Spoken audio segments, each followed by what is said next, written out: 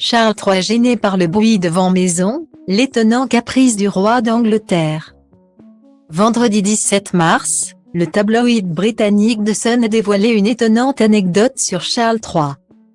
Installé depuis près de 20 ans à Clarence House, sa résidence londonienne, le roi d'Angleterre serait gêné par un surprenant bruit devant sa demeure depuis qu'il est monté sur le trône. Le 6 mai prochain, Charles III entrera un peu plus dans l'histoire de la royauté britannique. Le fils d'Élisabeth II, monté sur le trône le 8 septembre dernier suite à la disparition de la monarque, sera couronné roi d'Angleterre devant près de 2,000 convives rassemblés en l'abbaye de Westminster. Tandis que des centaines de milliers de curieux sont attendus dans les rues de Londres, faisant exploser les prix des hôtels. Un moment hautement symbolique pour un royaume qui n'a plus connu de couronnement depuis 70 ans.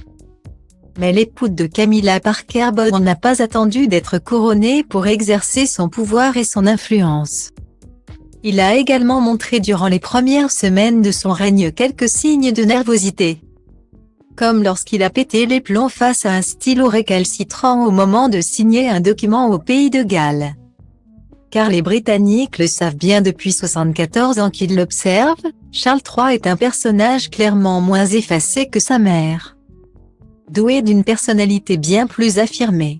Ses collaborateurs ont souvent fait le récit de ses colères soudaines et violentes. Mais il peut aussi se montrer assez capricieux, comme le prouve une nouvelle fois cette étonnante anecdote racontée par le tabloïd britannique The Sun hier. Depuis plus de 20 ans, la résidence officielle de Charles III et Camilla lors de leur séjour londonien n'est autre que Clarence House, dont il a hérité après la mort de la reine-mère. Mais depuis qu'il est monté sur le trône, le roi passe beaucoup plus de temps qu'auparavant à Londres et serait particulièrement gêné par le bruit de point la relève de la garde devant sa maison. Pourriez-vous, je vous prie, transmettre à votre troupe que lorsque les sentinelles s'installent à St. James Palace dès le début de matinée, qu'elle le fasse à un volume moins conséquent. Clarence House est une résidence.